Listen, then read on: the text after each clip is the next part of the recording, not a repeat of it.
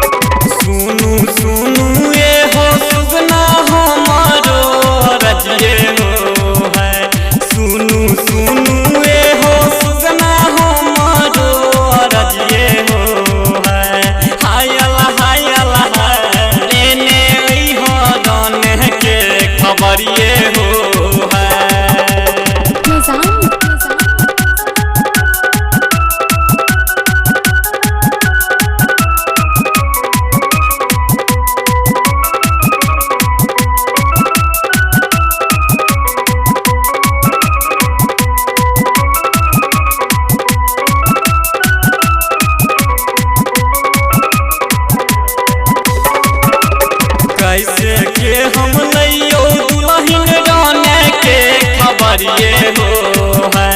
कैसे के हम लबियो दुल्हन राने के खबरिए हो है।